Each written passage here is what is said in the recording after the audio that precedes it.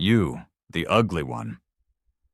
Silas Thorne's voice cut through the sterile silence of St. Jude's Memorial Hospital like a blade.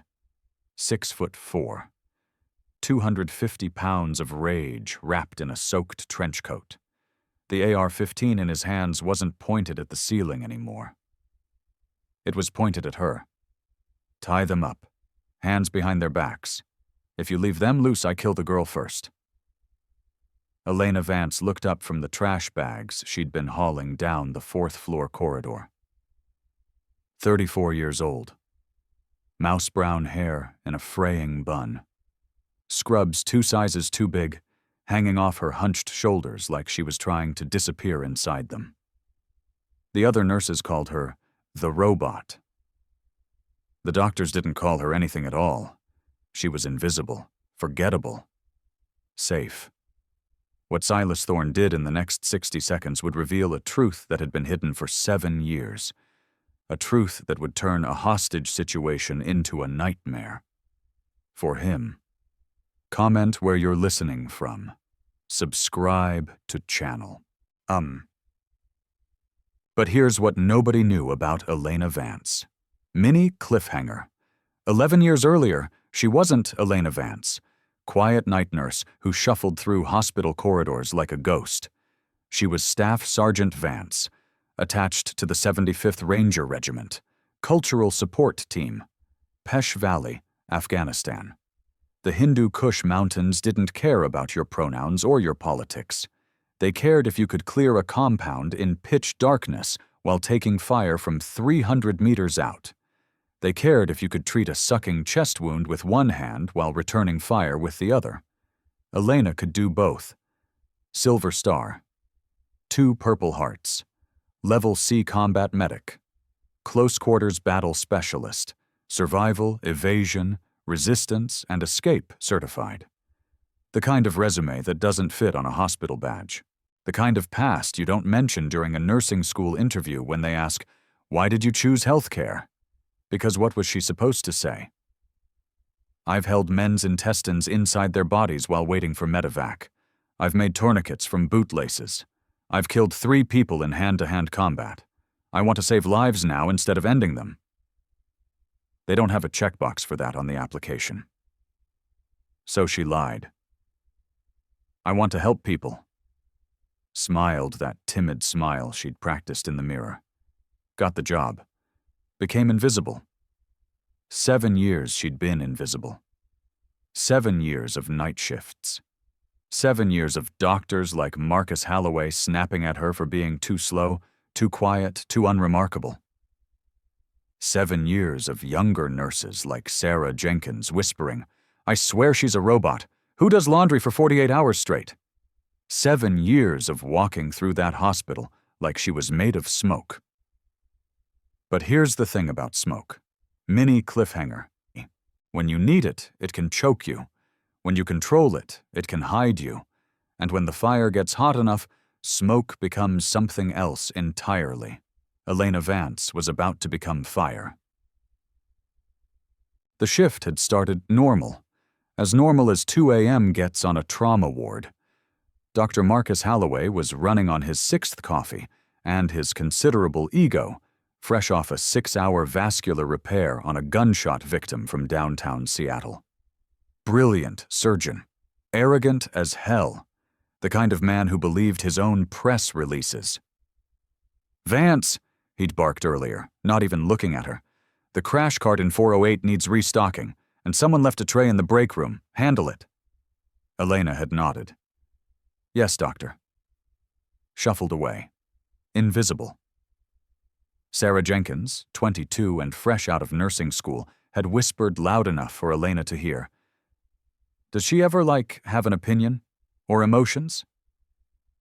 "As long as she preps the meds correctly," Holloway had muttered.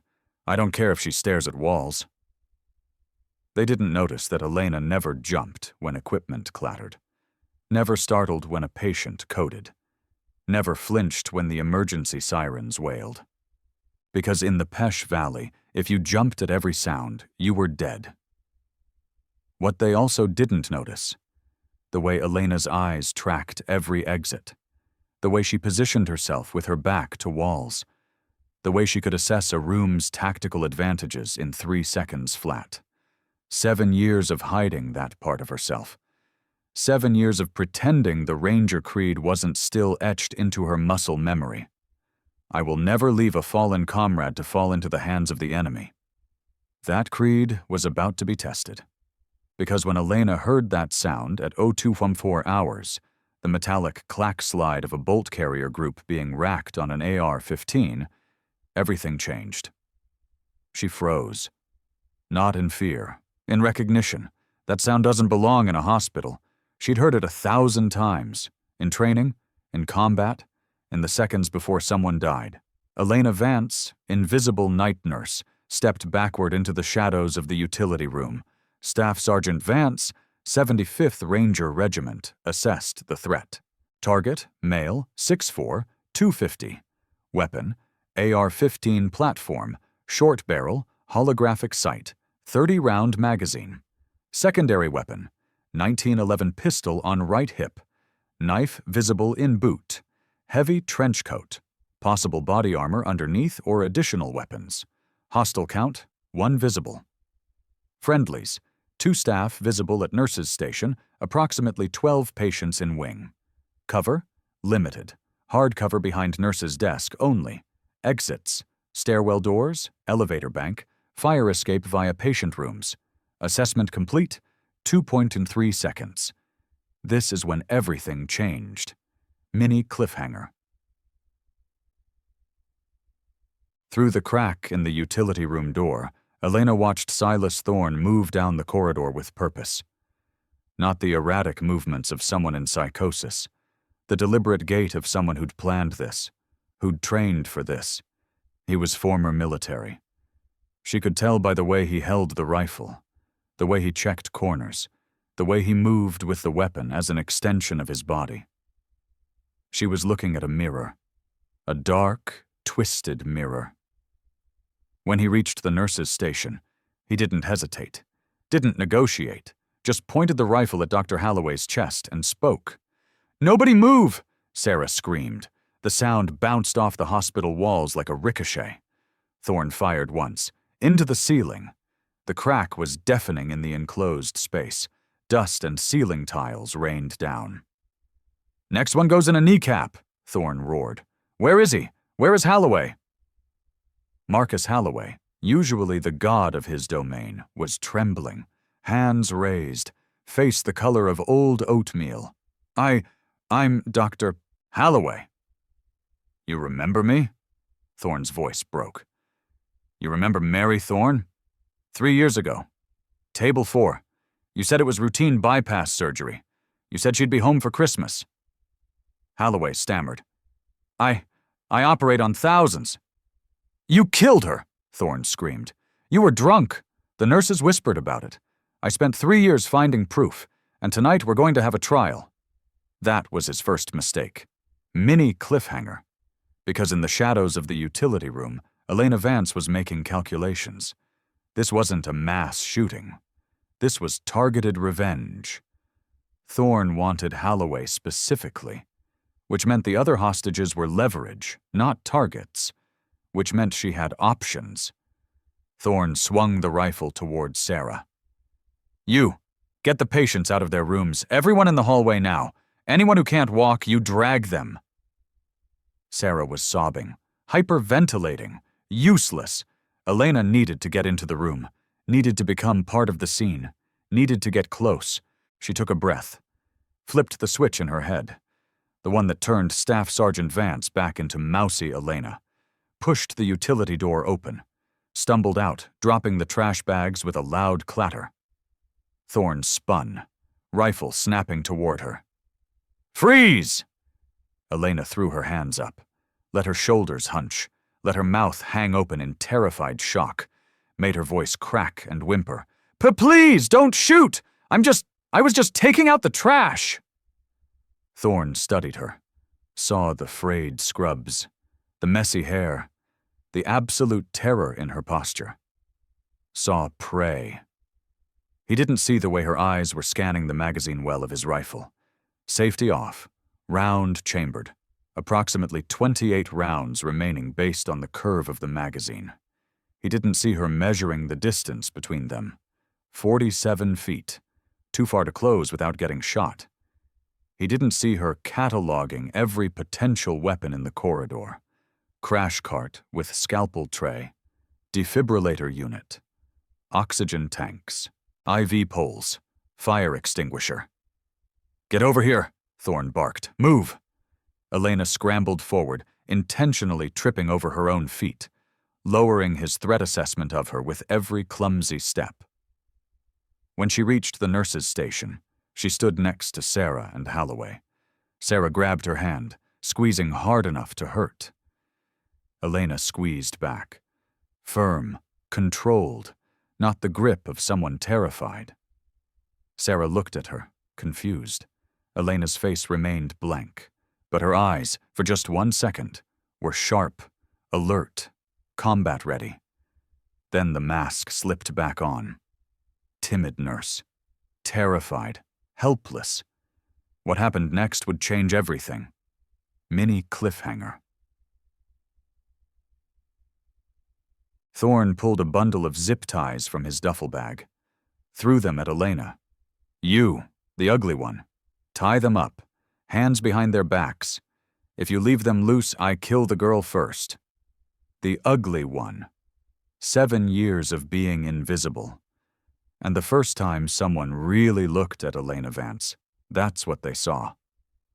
Not the Silver Star for valor under fire, not the 2 Purple Hearts, not the woman who'd carried a wounded ranger 4 clicks through enemy territory because she'd sworn an oath.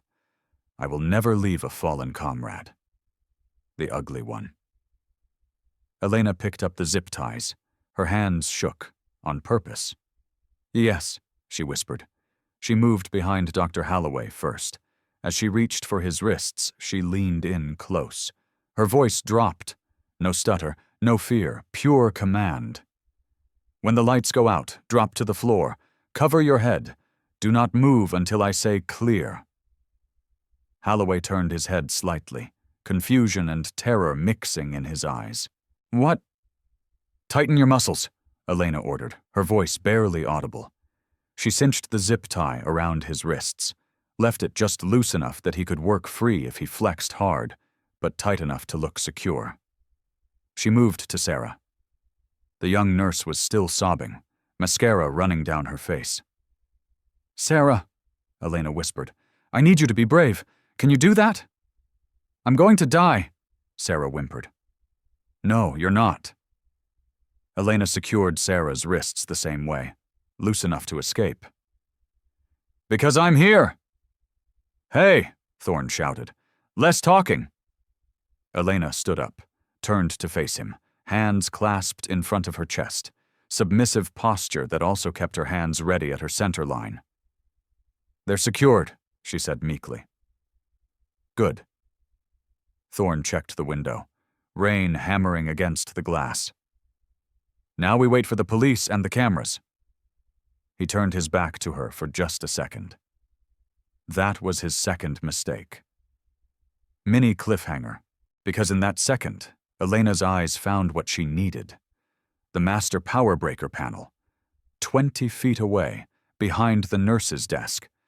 Kill the lights, change the environment, even the odds. But first, she needed a weapon. Her eyes scanned the desk.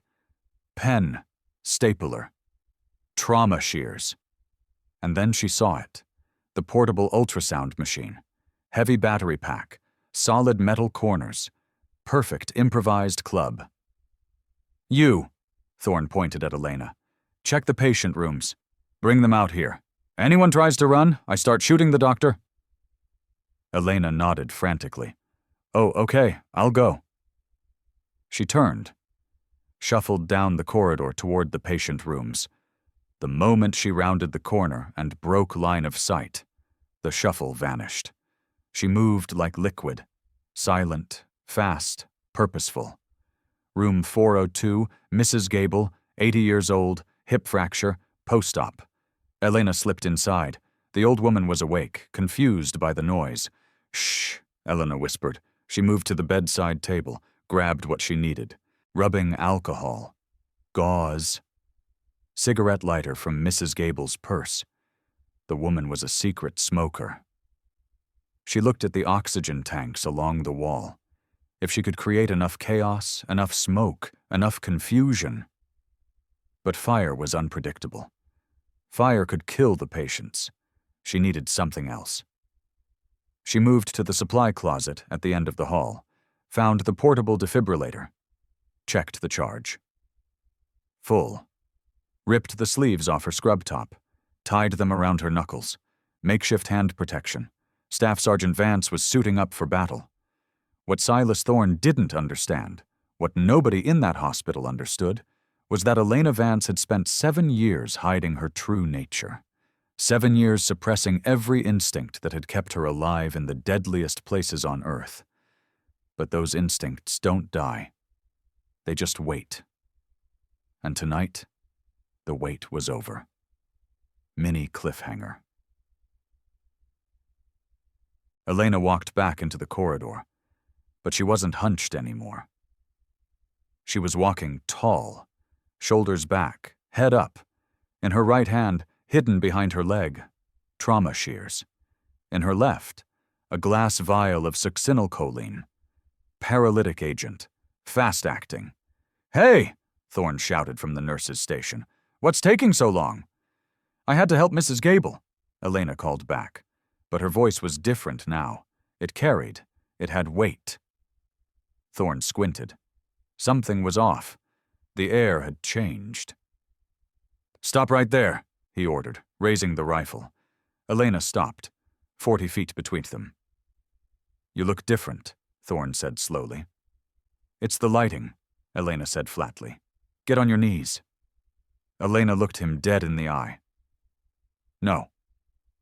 The silence that followed was heavier than thunder. Holloway gasped. Sarah stopped crying, staring at Elena in disbelief. "What did you say to me?" Thorne whispered, stepping forward. "I said no." Elena's voice was steel. "And you should have checked the back exit. It was a lie. There was no unlocked back exit." But Thorne's head jerked instinctively toward the hallway behind him. 0.5 seconds of distraction. Elena moved. This is when everything changed. Mini cliffhanger. The human eye takes approximately 150 milliseconds to process visual stimuli, another 100 milliseconds to send the signal from brain to muscle. In close quarters battle, a quarter second is the difference between life and death. When Thorne turned his head, Elena covered 40 feet in 3.2 seconds. She didn't run upright. That would make her an easy target. She came in low, fast, like a missile. Thorne realized the deception. Spun back, finger tightening on the trigger. Crack! The shot went high, shattered the fluorescent light above Elena's head. Sparks and glass rained down. Elena didn't flinch. She slid on her knees for the last 6 feet, coming in under the barrel of the rifle. Her left hand shot up, smashing the vial of succinylcholine against the handguard of the AR-15, forcing the muzzle toward the ceiling. Her right hand drove down with the trauma shears. Not to stab him. The trenchcoat was too thick, but to jam into the ejection port of the rifle. Metal screamed against metal. She twisted. The bolt carrier jammed. The rifle was now a 10-pound club. Thorne roared. Pure animal rage. Released the rifle with one hand and backhanded Elena across the face. The blow lifted her off the floor, sent her skidding across the waxed tiles. She tasted copper. Vision blurred. "You bitch!" Thorne screamed. He racked the charging handle, but the shears were wedged deep. The gun was dead. He dropped the rifle, reached for the 1911 on his hip. Elena shook the stars from her head. She was on the floor, 5 feet away. She couldn't beat him to the draw. She looked at Holloway and Sarah, frozen in horror. "Run!" Elena screamed. "Get to the stairwell." The command broke their paralysis. Holloway grabbed Sarah by the arm, dragging her toward the fire exit. Thorne pulled the pistol, leveled it at the fleeing doctor. Bang! The shot went wide, punching into the drywall next to Sarah's head, because Elena had grabbed the nearest object, a wheeled IV stand, and shoved it into Thorne's legs just as he fired. The doctor and nurse burst through the stairwell doors, disappeared into concrete safety. Now it was just Elena and Thorne. Thorne turned the pistol on her. His eyes were feral. Elena rolled. Bang, bang. 2 rounds chewed up the floor tiles where she'd been a heartbeat ago. She scrambled behind the nurse's station desk. Heavy laminate counter. Decent cover. "I see you," Thorne yelled, walking slowly toward the desk. "You think you're a hero? You're just a dead nurse." Elena pressed her back against the inner wall of the desk, checked her body. No holes, bruised ribs from the backhand, swelling jaw, but alive. She heard his boots crunching on broken glass. Crunch, crunch, 6 feet away. She looked at the desk. Computer terminal, pens, staplers, and the UPS battery backup sitting on the floor. Heavy lead-acid battery. 12 pounds of improvised weapon. Crunch. 4 feet. Crunch. 2 feet. Elena ripped the power cord from the wall, grabbed the UPS unit, counted his footsteps. When Thorne rounded the corner of the desk, expecting her to be cowering on the floor, he found her standing. Before he could raise the pistol, she swung the battery back up like a medieval flail. It connected with his wrist. Crack. Bone broke. Thorne screamed. The pistol flew from his hand, skittering across the floor, sliding under a locked medicine cabinet. He was disarmed, but he was 6'4" and 250, and he was enraged. He didn't need a gun to kill her. What happened next would haunt the security footage for years. Mini cliffhanger. Thorne lunged. Tackled Elena. They crashed into the wall behind the desk. The impact knocked the wind from her lungs. His hands, the size of dinner plates, found her throat. He squeezed. Elena's vision began to tunnel. Black spots danced in her peripheral vision. Her trachea was compressing. Panic, the lizard brain response, tried to take over. Flail, kick, scream. No. Elena forced her mind to focus. Technical, anatomical. Target, anterior neck. Objective, break the hold. Method, nerve strike or leverage. She stopped clawing at his face, brought her thumbs to the inside of his elbows, dug into the tender nerve clusters. He grunted, but held on. Not enough. She brought her knees to her chest, wedged them between her body and his. With a guttural scream, she extended her legs, driving her heels into his solar plexus. The force broke his grip. Thorne stumbled back, gasping. Elena dropped to the floor, sucking air. Her throat felt like it was on fire. She looked at the pistol under the cabinet. Too far, looked at Thorne. He was recovering, shaking his head, eyes locking onto her with renewed hatred. He pulled a combat knife from his boot. 8 inches, serrated edge. "Okay," Thorne wheezed, grinning through the pain. "Now it's fun." Elena scrambled backward, kicked open the door to the supply room behind the desk, threw herself inside, slammed the door, locked the deadbolt. Thud. Thorne's body hit the door. "Open it!" he screamed, slashing at the wood. "I'm going to carve you up." Elena backed away from the door. She was in a 10 by 10 supply room. No windows. 1 door. To a civilian, this was a trap. To a ranger, this was an armory. Mini cliffhanger. Medical supply rooms are full of chemistry. Ethanol, ammonia, bleach, pressurized canisters of ethyl chloride freezing spray. Elena looked around. Her breathing slowed. The fear evaporated, replaced by cold calculation. "You want to play in the dark?" she whispered. She reached up, smashed the light bulb with a mop handle. The room plunged into pitch blackness. Outside, Thorne was shooting the lock off the door. Blam! Blam! The wood splintered. The door kicked open. Thorne stood silhouetted in the doorway, backlit by the hallway lights. He couldn't see into the black void of the supply room. "Come out, little nurse," he taunted, stepping into the darkness. Elena was gone. She'd climbed the shelving unit, pressed against the ceiling, silent as a spider. The hunt was on. But Thorne had made a critical error. He'd entered her kill box. Mini cliffhanger. Thorne moved slowly into the room, leading with his knife. His breathing was loud, raspy, giving away his position every second. Elena hung from the top shelf, legs wrapped around the uprights, directly above him. In her hand, a 500-milliliter glass bottle of ether wrapped in a towel. She waited. Thorne took another step. He was directly below her. Elena released her hold. Dropped.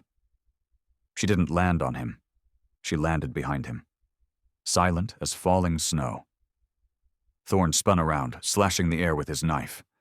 Elena ducked the blade, felt the wind of it pass over her ear. She stepped in, jammed the towel-wrapped bottle of ether into his face, smashed the glass against his nose. The bottle shattered. Liquid soaked the towel and his face. The fumes were instant, overpowering. Thorne gagged, flailed, slashed blindly. The knife caught Elena's scrub top, sliced a thin line across her stomach. She ignored the pain, held the towel over his face, rode his back as he thrashed like a bull. "Breathe deep," she whispered in his ear. Thorne's knees buckled. The ether was entering his bloodstream, depressing his central nervous system. His movements became sluggish. The knife dropped from his hand. He fell to his knees, then to his face. Elena rolled off him, gasping for fresh air. The fumes were making her dizzy too. She scrambled to the door, kicked it open to let the hallway light and air in. Looked back at Thorne. He was unconscious, a heap of wet trench coat and muscle. It was over, or so she thought. Mini cliffhanger. The hospital's PA system crackled to life. Code black, fire in the North Ward. Elena froze. Fire. She looked down the hall. Smoke was billowing from room 402, Mrs. Gable's room. Thorne must have set a charge, or knocked over something flammable. The fire alarm began to blare. The sprinklers kicked on, drenching the hallway. Elena looked at Thorne. He was out cold.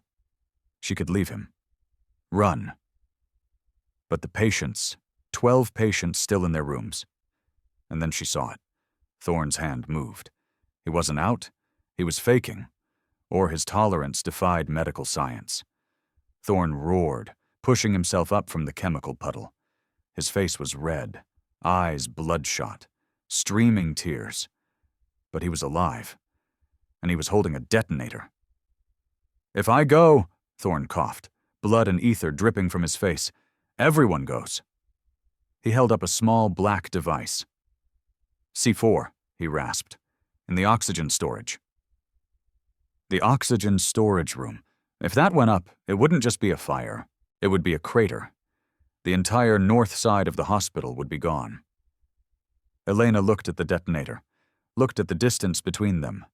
10 feet. Looked at her empty hands. "Drop it," Elena said. "No." Thorne smiled, a gruesome, broken expression.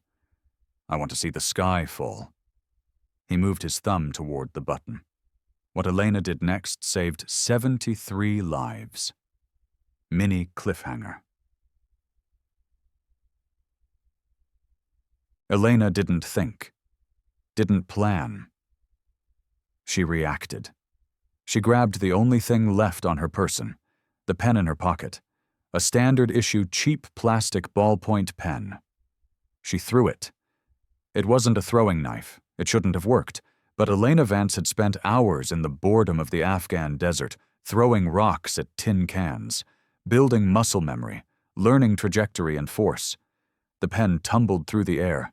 struck Thorne directly in the eye he hadn't rubbed the ether out of. It didn't kill him, but the shock of a foreign object hitting his eyeball made him flinch. His hand jerked. The detonator flew from his grip, slid across the wet floor toward the elevator shaft. "No!" Thorne screamed. He dove for it. Elena dove for him. They collided in the wet, smoky hallway, rolling over broken glass and water. It wasn't tactical anymore. It was a street fight. Thorne punched her in the ribs. Something cracked. Elena headbutted him, her forehead smashing into his broken nose. He screamed, blinded by pain. Elena scrambled on top of him, trapped his arm, wrapped her legs around his neck in a triangle choke. She squeezed. "Go to sleep," she gritted out, her face contorted with effort. "Go to sleep." Thorne thrashed, clawed at her legs, tried to stand up, lifting her off the ground with him. But Elena Vance was an army ranger. She held on. She squeezed until her muscles screamed. Thorne's struggles slowed. His arm went limp. His head lolled back. Elena held it for another 10 seconds, just to be sure. Then she let go. Thorne dropped to the floor, motionless. Elena lay next to him, staring up at the sprinklers raining down on them, bleeding, bruised, exhausted. She closed her eyes. "Clear," she whispered to the empty hall. But the night wasn't over. Mini cliffhanger. The fire in room 402 was growing. The smoke was getting thicker, and she had 12 patients who couldn't walk. Elena Vance stood up, wiped the blood from her mouth, grabbed Thorne's ankles, dragged him into the supply room, locked the door from the outside with a zip tie. Then she turned toward the fire. "Time to go to work," she said. The sprinklers were losing the battle. Room 402 was an accelerant-fueled furnace. Black smoke rolled along the ceiling like an inverted ocean. Elena coughed, the taste of soot mixing with blood in her mouth. She forced herself to stand, ribs screaming. 2 fractures, probably. Stomach burning from the knife graze, head swimming from ether fumes. But the ranger switch was still flipped. Pain is information. Information is actionable. Ignore the pain. Act on the objective. Objective 1, contain the blast threat. Objective 2, evacuate the non-ambulatory. She limped toward the oxygen storage room, adjacent to room 402. The wall separating them was already hot to the touch. Inside that room, 20 tanks of compressed oxygen. If the heat compromised those tanks, or if the fire reached the C4 Thorne had planted, St. Jude's wouldn't just have a fire. It would have a hole in its side the size of a city block. She tried the handle. Locked. Looked through the small reinforced window. Saw the brick of C4 taped to the main manifold. It wasn't wired to a timer. The detonator she'd kicked away was the only trigger. C4 is remarkably stable. You can shoot it, burn it, and it usually won't explode without a shockwave from a blasting cap. Usually. But the oxygen tanks were the real problem. If they ruptured from heat, the pressure release would be catastrophic. Elena grabbed a stack of towels from a linen cart, soaked them in the water pooling on the floor, wedged them tightly into the crack under the oxygen room door, creating a seal, insulating the room, buying time. It was a Band-Aid on a bullet wound, but it bought time. Mini cliffhanger. Stohem. She turned to room 402. The door was open, vomiting black smoke, heat radiating out like an oven. Mrs. Gable. Elena took a breath of relatively clean air near the floor, pulled her scrub collar over her nose, crawled in. Visibility, 0. The heat was blistering her skin, orange flames licking the curtains and ceiling. "Mrs. Gable!" Elena shouted into the roar. A weak cough answered from the far side of the bed. Elena crawled on her elbows and knees, keeping below the thermal layer. Found the bed. Empty. Mrs. Gable had tried to get out, fallen. Elena's hand brushed soft fabric. a nightgown. "I've got you," Elena grunted. "My hip," Mrs. Gable moaned. "I know, I'm sorry, this is going to hurt." There was no time for gentleness. Elena grabbed Mrs. Gable by the back of her nightgown, dragged her across the floor. The heat was melting the soles of Elena's shoes. Her skin felt tight, shrinking. They reached the hallway. Elena heaved Mrs. Gable out into the wet, misty corridor just as the ceiling tiles in room 402 collapsed in a shower of sparks. Elena rolled onto her back, gasping, checked Mrs. Gable. Breathing, pulse rapid, burns on her arms, but alive. "Stay down," Elena ordered. She looked down the hall. The smoke layer was banking down, getting lower. In 5 minutes, the entire floor would be a kill box. 11 other rooms, 11 other patients. Elena Vance stood up. Alone. The fire department was minutes away. But minutes were a currency she didn't have. What she did next saved every single life on that floor. Mini cliffhanger. Elena ran to the nurse's station, grabbed the master key ring, unlocked the supply closet where she'd stashed Thorne. Still unconscious, still breathing. She didn't look at him. Grabbed his heavy trench coat, cut the zip ties from his ankles with trauma shears, ran back to the hallway, went to room 405. Mr. Henderson, 250 pounds. Total knee replacement. "Nurse," he croaked, sitting up in bed, eyes wide with terror as smoke curled under his door. "Get up," Elena said. "I can't walk. My knee—" "I didn't ask you to walk." Elena threw the trench coat on the floor. "Get on the coat." "What?" "Get on the coat," Elena roared, the voice of a drill sergeant. Mr. Henderson scrambled out of bed, adrenaline overriding pain, flopped onto the trench coat. Elena grabbed the collar. It made a perfect sled. The wax floors, slick with water from the sprinklers, reduced friction. She dug her heels in, pulled. Mr. Henderson slid into the hallway. "Hold Mrs. Gable's hand," Elena commanded. "Do not let go." She went to the next room. And the next. She was moving like a machine now. Breach, secure, extract, bed sheets, wheelchairs, linked together in the center of the hallway, away from the burning walls. The fire had breached the ceiling now, flaming debris dropping like rain. Heat unbearable. Elena had 10 patients in the train, 2 missing. Room 410. Leo, 9 years old. Ruptured spleen. Room 412. Comatose patient on ventilator. The path to 410 was blocked by a wall of fire. The ceiling had partially collapsed. Elena looked at the fire, looked at the water soaking her scrubs. She ran to the janitor's cart, grabbed a bucket of water, dumped it over her own head, took a deep breath, lowered her head, ran straight through the wall of fire. Comment where you're listening from, subscribe to channel. Mini cliffhanger.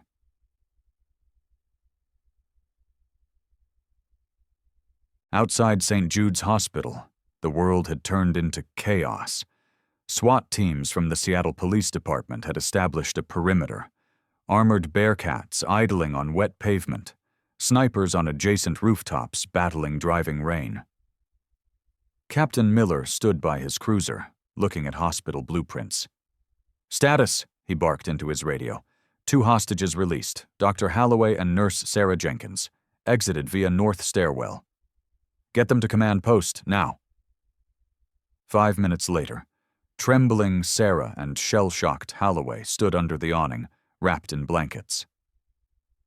"Tell me what's happening up there," Miller said. "How many shooters?" "1," Holloway said, voice raspy. "Big guy, heavy weapons." "Who's still inside?" "Patients," Sarah sobbed. "And Elena." "Elena?" "Another nurse. But she's not just a nurse." Miller frowned. "What do you mean?" Holloway looked at the police captain, eyes wide with awe. "She took him apart, jammed his rifle with scissors, hit him with a battery backup. The way she moved." "Captain, I've seen soldiers before. Elena isn't a nurse. She's a war machine." Miller turned to his aide. Run the name. Elena Vance. Now. The aide typed furiously, stopped, looked up, face pale. Captain, you're going to want to see this. Miller looked at the screen. Name. Vance, Elena rank, Staff Sergeant, Retired Unit, 75th Ranger Regiment, Cultural Support Team decorations, Silver Star, 2 Purple Hearts notes, honorable discharge following IED injury in Kandahar. Specializations, SAR, Level C Combat Medic, Close Quarters Battle. Miller stared at the screen, looked back up at the 4th floor, lights flickering. God help that gunman, Miller muttered. Stand down the entry team. We don't want to get in her way. But the situation had just gotten worse. Mini cliffhanger. Fire Command says the 4th floor is fully involved, a sergeant yelled. They can't get the ladder truck close enough. Wind and overhang. We have to go up, Miller said. It's an oven up there, Captain. No visibility. If we go in, we go. Miller's voice was steel. Alpha team on me. Gas masks, breaching charges. The SWAT team moved up the stairwell. A column of black-clad warriors reached the 4th floor landing. Door was hot. Smoke seeping through the jambs. Miller signaled. Breach. They hit the door with a ram. It flew open. A wall of black smoke. Intense heat. Clear left. Clear right. They moved into the haze. Weapon lights cutting beams through the gloom. Police, call out, Miller shouted. Silence. Just the roar of fire and hiss of sprinklers. They moved up. Captain, look. Through the swirling smoke, a shape emerged. It looked like a human centipede, a chain of people, patients on sheets, patients in wheelchairs, patients dragging each other, huddled low to the ground in the center of the hall, covered in wet blankets. Get them out! Go, go!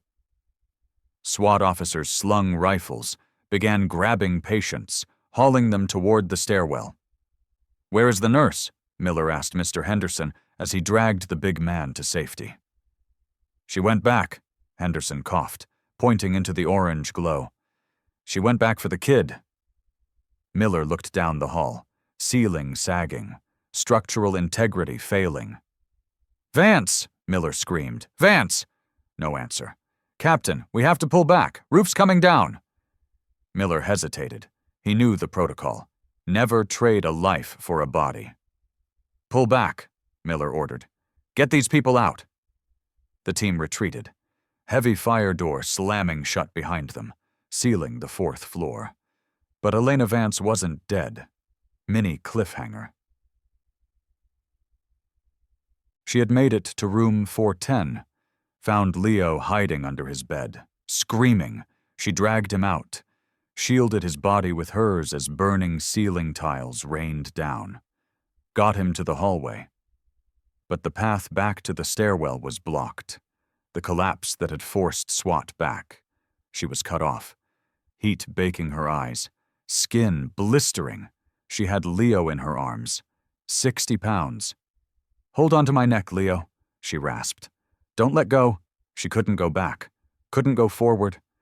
She looked at the window in room 410. Solid pane of reinforced glass. Non-opening. Suicide prevention facility. Unbreakable. Elena grabbed a heavy oxygen tank, swung it at the window, bounced off, swung again. Spiderweb crack appeared, swung a 3rd time, screaming with the effort, every ounce of remaining strength. Smash. The glass shattered. Wind from the storm rushed in, fed the fire, created a backdraft. The door to the room slammed shut from pressure. Elena ran to the window, looked down. 4 stories, 50 feet. Below, police cars, fire trucks, extended ladder of fire truck, fully extended. But the wind was whipping it around, still 10 feet away from the window, 5 feet below, too far to jump, especially with a child. But the fire was eating the door, coming through the wood. Elena climbed onto the sill, rain lashing her face. Leo, she yelled over the wind. Do you trust me? The boy was sobbing, buried in her neck. "No." "Good," Elena said. "Trust gravity." She didn't jump for the ladder. She jumped for the drainage pipe running down the side of the building, 3 feet to her left. She launched herself into the void. What happened next was captured on 17 cell phone cameras and would be replayed on the news for weeks. Mini cliffhanger. Her right hand caught the rusted iron pipe. The wet metal was slick. Her grip slipped. She fell. She clawed at the pipe, fingernails tearing. Her left arm clutching the boy was useless for climbing. Her hand caught a bracket. It held. Her shoulder wrenched with a sickening pop. Dislocation. She hung there, 40 feet above the ground, dangling by one arm, the boy clinging to her chest. Fire roared out of the window she'd just exited, a tongue of flame licking the air where she'd stood seconds ago. "Hang on!" a voice shouted from below. The ladder truck was maneuvering. The firefighter in the bucket was extending his reach. "Grab my hand!" he screamed. He was still 4 feet away. Elena looked at her arm, spasming, losing grip. "Take him!" Elena yelled. She swung her body, using her last reserve of momentum, swung toward the ladder. "Leo, reach!" The boy reached out. The firefighter lunged. He caught the boy's wrist, pulled him into the bucket. Elena swung back toward the pipe. Her hand slammed against wet metal. She slipped. She fell. The crowd below gasped. Collective scream rose from onlookers. Elena fell 1 story. But she didn't hit the ground. As she passed the 3rd-floor window, her boot caught on an external air conditioning unit bracket. It spun her around, slammed her body against brick wall. She grabbed the grate of the AC unit with her good hand. Hung there, battered, burned, dislocated shoulder, dangling, bleeding from a dozen cuts, suspended 30 feet in the air. The firefighter in the bucket lowered the controls rapidly. The bucket descended. I got you, he yelled, maneuvering the basket under her feet. Elena let go, collapsed into the basket, a heap of wet scrubs and blood. The firefighter keyed his radio. I have the child and I have the woman. She's alive. Repeat, the ranger is alive. As the bucket lowered to the ground, the crowd broke the police line. It wasn't a mob. It was the staff, Dr. Holloway, Sarah. They ran toward the truck.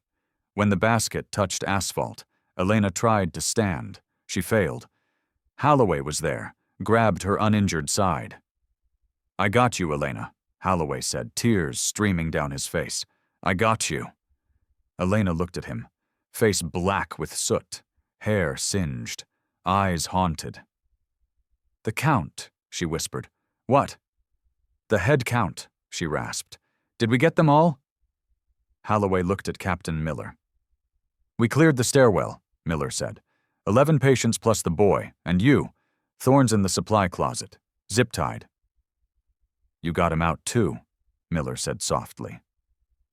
Elena didn't answer. Her eyes rolled back in her head, knees buckled. She collapsed into Holloway's arms. Adrenaline finally ceding territory to trauma. The ghost of Ward 4 had finally run out of fuel. This is when the world learned who Elena Vance really was. Mini cliffhanger. The steady beep, beep, beep was the first thing Elena heard. For the first time in her life, she wasn't the one monitoring the machine. She was the one attached to it. She opened her eyes to the sterile white of the ICU. Dr. Marcus Holloway sat in a plastic chair by her bed. He looked like he hadn't slept in 3 days. He wasn't wearing his white coat. Welcome back, Sergeant, he whispered. The patients, Elena rasped, throat raw from smoke. All of them. Marcus smiled, tears brimming. Every single one made it out. Even the kid. You threw him into a firefighter's arms from 40 feet up. Elena nodded, relief washing over her battered body. 3 broken ribs, dislocated shoulder, second-degree burns across her back. Thorne was currently in the prison ward at Harborview, handcuffed to a bed, multiple fractures. He was done. "I read your file," Marcus said, voice trembling. "For 3 years I treated you like furniture. I snapped at you, ignored you. I didn't know I was standing next to a giant." "I just did my job," Elena murmured. "No, you did mine." Marcus's voice cracked. He leaned in, expression haunted. "Thorne." Before he went down, he screamed that I was drunk that night, 3 years ago, when his wife died. He looked at her, terrified of the answer. "Was I, Elena? I was in a dark place then. I don't remember." Elena looked at the brilliant surgeon who had saved hundreds of lives. She remembered the smell of scotch on his breath that night. She remembered stepping in to steady his hand. But she also remembered that Mary Thorne had died of a massive embolism, that no doctor, drunk or sober, could have stopped. "You were tired, Marcus," she lied, voice steady, commanding. "You were sober. You did everything right." Marcus slumped back, the crushing weight of 3 years lifting from his shoulders. She had saved his life in the fire, and now, with that one mercy, she had saved his soul. But the truth was about to come out anyway. Mini cliffhanger. 3 weeks later, the press filled the hospital lobby, clamoring for the Angel of St. Jude's. The mayor was there with a key to the city. But the podium remained empty. Up on the 4th floor, amidst the smell of fresh paint and drywall, Elena Vance stood at the nurse's station. Sarah Jenkins, no longer glued to her phone, walked up and handed her a small box. "We know you hate the spotlight, but the staff, we needed to do this." Inside was a new name badge. It didn't just say Elena Vance, RN. It read, "Elena Vance, Ranger, Charge Nurse." "Charge Nurse?" Elena raised an eyebrow. "That means more paperwork." "It means you run the show," Marcus said, stepping off the elevator. "Though I think you always have." Elena clipped the badge to her scrubs, looked at her team, not just co-workers anymore, a squad. She took a deep breath. The war was over, but the mission never ended. "All right," Elena said, voice sharp. "Show's over. Mrs. Gable needs her meds. Let's get to work." She turned and walked down the hall, silent as a ghost, ready for the night watch. So let me ask you something. Who are the quiet warriors in your life? Who is the person in your office, your school, your hospital, who seems invisible but might be holding the whole place together? The janitor who notices when you're having a rough day. The receptionist who remembers your name when everyone else forgets. The night shift worker who keeps everything running while the world sleeps. We live in a society obsessed with loud voices and viral moments. But true strength isn't about how much noise you make. It's about what you're willing to do when the lights go out and the fear sets in. Elena Vance teaches us that heroes don't always wear capes. They don't always wear uniforms. Sometimes they wear frayed scrubs and comfortable shoes. Sometimes the person saving your life is the one you never bothered to say hello to. Drop your story in the comments. Have you ever underestimated someone who turned out to be extraordinary? Have you ever been that invisible person that nobody saw? Share this story.